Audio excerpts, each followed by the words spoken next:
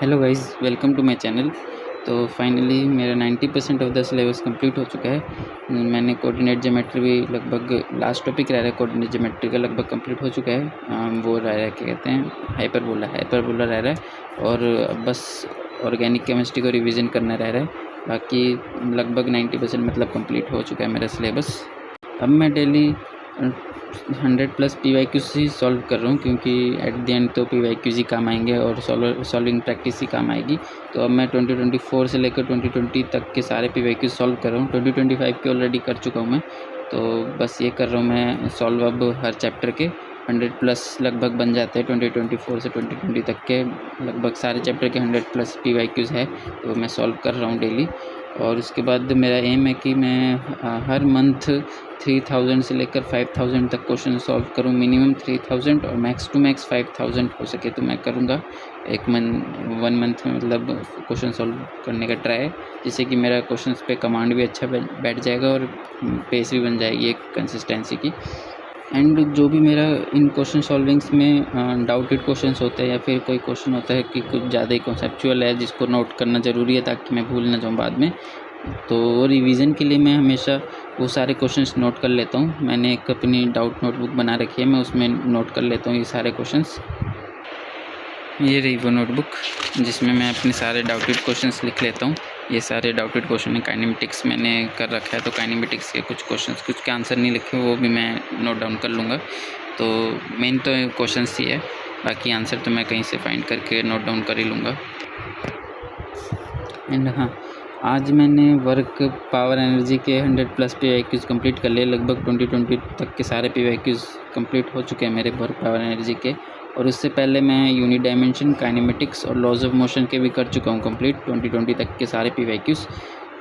और उसके बाद मैथ्स में कोऑर्डिनेट ज्योमेट्री तो अभी बता ही दिया मैंने, होने वाला है मेरा कंप्लीट। और उसके 2025 के PYQs भी साथ साथ कर रहा हूँ ताकि क्वेश्चन प्रैक्टिस, ताकि थोड़ा समझ में हो रहा है अच्छे से चैप्टर। यही एक चैप्टर है जो मेरे को बहुत अच्छे से कमांड में बैठाना है, दैट्स वाई।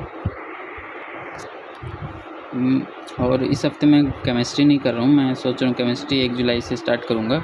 सबसे पहले फिज़िकल के सारे क्वेश्चंस निपटाऊँगा मैं 2020 तक के। उसके बाद इनऑर्गेनिक, उसके बाद ऑर्गेनिक पे जंप करूँगा। ऑर्गेनिक तो मेरे को रिवीजन भी करनी है, तो ऑर्गेनिक रिवीजन करने के बाद डायरेक्ट मैं क्वेश्चन सॉल्विंग पे ही जाऊँगा। और केमिस्ट्री में आई थिंक ज़्यादा टाइम भी नहीं लगेगा, 1 महीने में फिज़िकल, इनऑर्गेनिक, ऑर्गेनिक तीनों चीज़ कंप्लीट हो जाएगा ईज़िली।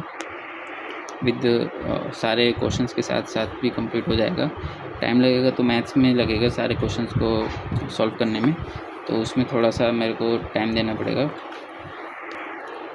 एंड देन जैसे ही मेरे सारे चैप्टर्स के 2020 तक के सारे PYQs मैं कंप्लीट कर लूँगा, उसके बाद मैं JEE मेंस के मॉक टेस्ट दूँगा।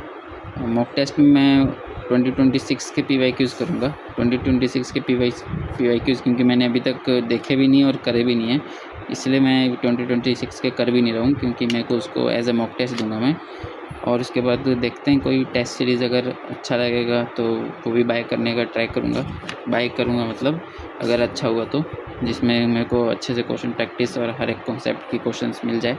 एंड उसके बाद मैं अपनी JEE एडवांस की प्रिपरेशन भी स्टार्ट करूँगा। और उसके बाद मैं फिर JEE एडवांस ओरिएंटेड लेक्चर्स देखूँगा, जो भी JEE एडवांस के मतलब फेवरेट टॉपिक्स हैं या फिर रिपीटेड टॉपिक्स कह सकते हो, तो वो सब मैं प्रैक्टिस करूँगा और उन सब के कॉन्सेप्ट समझूँगा। JEE एडवांस से रिलेटेड मतलब सारे क्वेश्चन सब सॉल्व करूँगा। और फिर उसके बाद JEE एडवांस के सारे PYQs भी सॉल्व करूँगा 2020 तक के या फिर उससे भी नीचे तक के PYQs।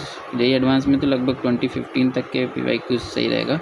2025 से लेकर 2015 तक के PYQs मैं सॉल्व करूँगा, और 2022 के नहीं करूँगा और 2026 के नहीं करूँगा। इन दोनों को एज ए मैं मॉक दूँगा, एज ए मॉक टेस्ट दूँगा, इसलिए मैं ये 2 ईयर्स के PYQs सॉल्व नहीं करूँगा JEE एडवांस के।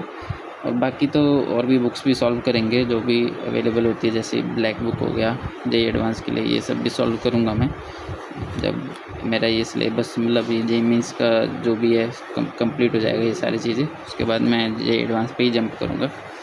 तो बस यही थी मेरी जर्नी अभी तक की। तो आप भी कमेंट करना आपकी जर्नी कैसी चल रही है।